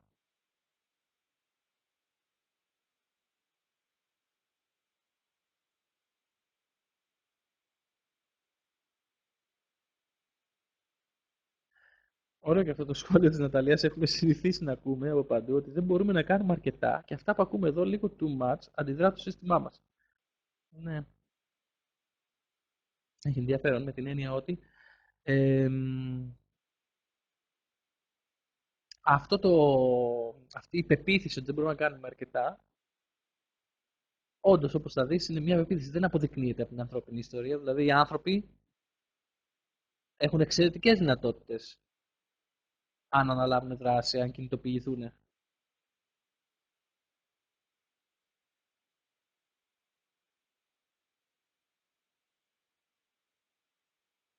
Α, τι καταπληκτικό παράδειγμα αυτό που μας λέει. Ο Γιαννόπουλος όταν έχασε το παιδί του, ο οδυνηρό για ένα γονιό, στο μέλλον του τοποθέτησε το χαμόγελο του παιδιού. Συγκινητικό. Δαβέτα. Ευχαριστώ για αυτό το σχόλιο που νομίζω ότι είναι απάντηση. Μια εξαιρετική απάντηση.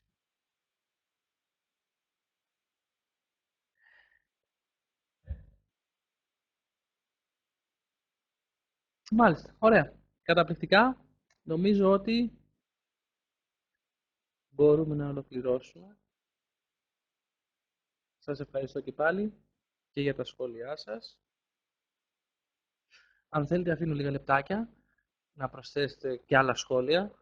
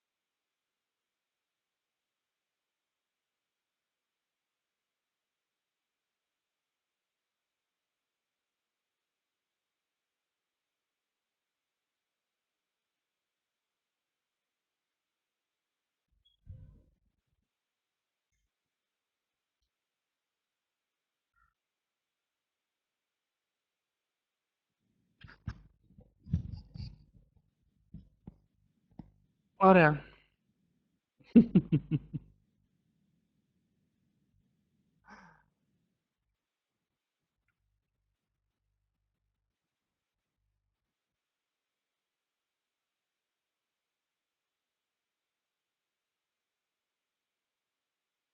Όντως, είναι ώρα να πούμε καλήτα. Σας ευχαριστώ. Αν έχετε άλλα σχόλια, μπορείτε να τα προσθέσετε και στο page μας, στο Facebook page της Μεταμόρφωσης. Καληνύχτα στο επανειδήν. Μάλλον εγώ, εσείς θα με δείτε, αν με ξαναδείτε. Εγώ δεν μπορώ να σας δω. Οκ, θα το βρούμε. Γεια.